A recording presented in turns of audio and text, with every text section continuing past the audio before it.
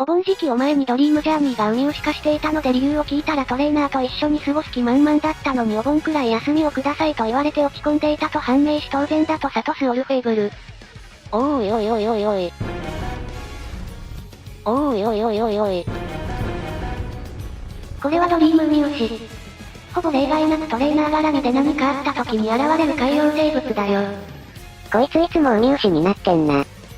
夏はウミウシというくらいだからな。これは仕方ない。ウミウシは春の季語なんですがそれは。おいおいおいおいおい。ああ、姉上。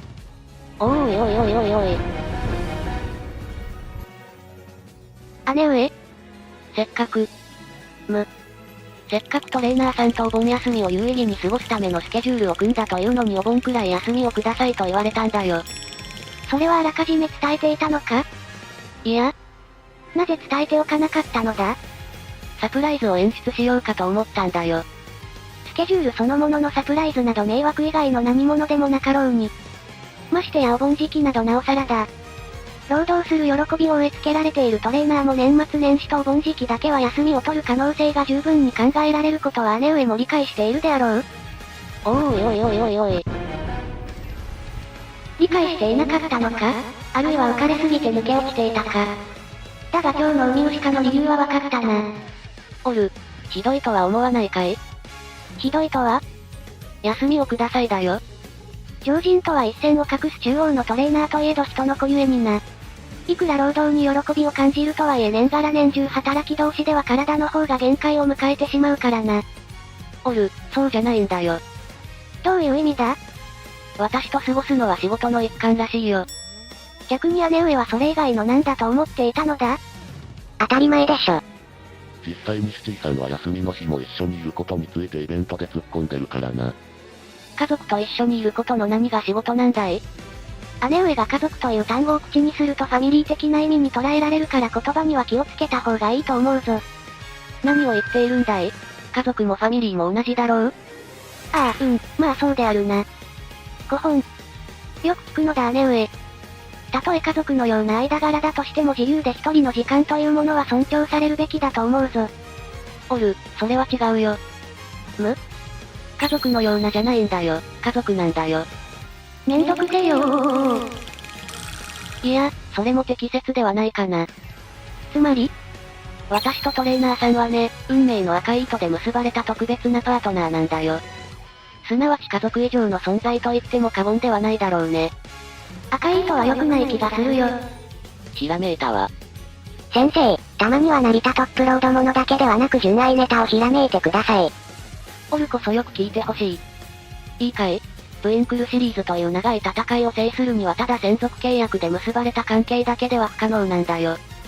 姉上？何を言っているのだ？難しいことではないさ。専属契約なんてものは結局のところ利害の一致でしかないんだよ。この馬娘を勝たせて自分の実績にする。このトレーナーを利用して勝利の栄光を手に入れる。というね。身も蓋もない言い方ではあるが否定はできぬな。しかし逆にわかりやすくてよくはないか？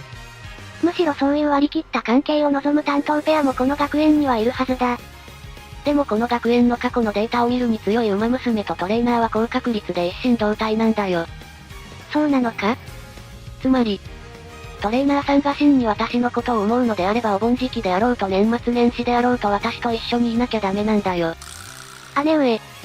だからといってただのんべんだらりと一緒にいるだけではマンネリ化の恐れもあるからね。それを避けるためのスケジュールをせっかく組んだというのに。確認だがそのスケジュールとやらはあらかじめ伝えてはおらぬのであろう？そうだね。中身を聞かせてもらえるか？ああ、いいとも。8月12日は朝から一緒にトレーニング。13日はプールで水泳。14日は映画鑑賞とお茶をして夕方は一緒にお料理。15日は遊園地でデート。姉上、それは馬娘とトレーナーの関係というよりまるで新婚夫婦の密着度ではないか。トレーナーさんに最高のバカンスをプレゼンしたつもりだったんだよ。この私の担当になってくれたトレーナーさんが退屈せず楽しい思い出をたくさん作れるように。1分1秒も無駄にしたくはなかっただけなんだよ。繰り返すがスケジュールそのもののサプライズなど迷惑以外の何者でもない。違うんだよ。何が違うのだ？このサプライズ自体もマンネリ防止の一環なんだよ。このサプライズも含めてトレーナーさんに最高のバカンスをプレゼンしたつもりだったんだよ。トレーナーに断られたというその事実の意味を理解せよ。じゃあなんだ夜、トレーナーさんは私と一緒にいることが苦痛だって言いたいのかい？そうは言わぬ。そうは言わぬが迷惑を考えろと言っている。じゃあなんだ夜、トレーナーさんは私のサプライズが迷惑だって言いたいのかい？いや、だから、本当にめんどくせよー。どうなんだい？わかった。ではこの際はっきりと言おう。聞こうじゃないか。その前に姉上、まずは心を落ち着かせてほしい。扱いやすいと思ってトレーナーにしたのに自分が良かれと思って用意したプランを断られてイラつくのはわかるが。別にそんなことは。客観的に見れば姉上の行為はトレーナーなんだから文句言わずに黙って従えと言っているように見えるぞ。さっきは家族などと言っていたが世には姉上の都合のいい便利な道具に見えるがな。そんな、私はトレーナーさんを道具だなんて思ったことは一度も。そうでないのなら断られたことに腹も立てぬし海しかもせぬはずだ。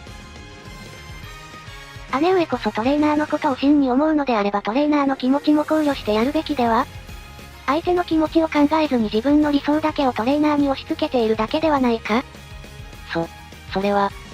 ただでさえ働き詰めなのだ。中央のトレーナーという人種は。お盆休みにギチギチのスケジュールは体が持ったとしてもメンタルがやられる。神話の世界でさえ冥界のウハデスは愛する妻ペルセポネを年の3分の2は地上に返しているというのに。適切な距離を保つことこそが真の愛情の証なのだ。仮に姉上のトレーナーが実家に帰省するということはご両親にとっても大切な時間。年にわずかしかない貴重な家族団らんの時間を姉上が奪う権利があるとでも思っているのか。姉上も少しは王の品格を学ぶがよい。でも私は王じゃないよ。トレーナーさんを愛している一人の馬娘でしかないんだよ。その愛が重すぎるから問題なのだ。愛とは相手の幸せを願うことであって相手を束縛することではない。姉上の愛は愛ではなくただの独占欲だ。というか姉上、以前の姉上の暗号表を見るにお盆時期は戦略がなかったか？敵を欺くにはまず味方からというだろう？では14日の夜と新潟のお茶漬け店に行く予定もフェイクだというのか？完全にフェイクではないよ。あらかじめお茶漬けを取り寄せて朝食としておると一緒にお茶漬けを食べるのさ。それなら確かに嘘ではないな。そしてその後にトレーナーさんと時間を共にする予定だったのさ。では15日の中山との取引は？それ自体がフェイクだよ。トレーナーには伝えてあったのか？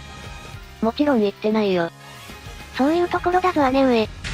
戦において小技やテクニックであらかじめ体力を削ってから大技を打ち込むのは定石だ。相手の心の準備もできていないうちにいきなり全力で愛情をぶつけても相手は困惑するだけだぞ。段階的にアプローチして相手の心の準備を整えてから本格的に行動に移すべきなのだ。オルは賢いね。このメイ君、恋愛という名の戦にも長けてるな。姉上が満足する作戦を立てるのではない、結果を出せる作戦を立てるのだ。でもオル、このプランならきっとトレーナーさんは満足してくれると思うんだ。プラン自体はいいとしても断られたのであろう？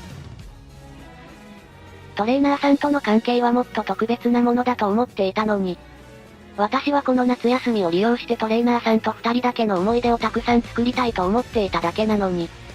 花火大会に一緒に行って、お祭りの屋台を回って、海辺で夕日を見ながら語り合って、そんな素敵な時間を過ごせると信じていたのに。そうそう、話は変わるが姉上のトレーナーの実家はすごくいいところだったな。オル？どういう意味だい？世のトレーナーと姉上のトレーナーは幼少時代からの友人なのは知っているな？それは聞いたことあるけど。先日世のトレーナーの帰省に同行した際姉上のトレーナーの実家に足を運んだのだ。世のトレーナーにとって姉上のトレーナーの実家は勝手知ったる他人の家というかもはや我が家のようなものなのだ。姉上のトレーナーのご両親は世のトレーナーを実の息子のように扱っていてな。世のことも娘のように扱ってくれてとても居心地が良かったぞ。どうして？担当馬娘である私ですらトレーナーさんのご実家にご挨拶に行ったことないのに？それは姉上がトレーナーを自分のスケジュールで縛りそもそも帰省の暇を与えぬからではないか？そんな。作詞作に溺れるといったところか。トトレーナーの規制に同行する許可が出るかはまた別問題ではあるがな。常識人オルフェシリーズ。お盆もいいけど月末の予定はちゃんと抑えたのか？あのままだと予定じゃなくてただの願望で終わるぞ。そして結局一人の花火鑑賞に繋がると。馬娘ちゃんを愛する同志諸君、チャンネル登録と高評価、ぜひよろしくお願いします。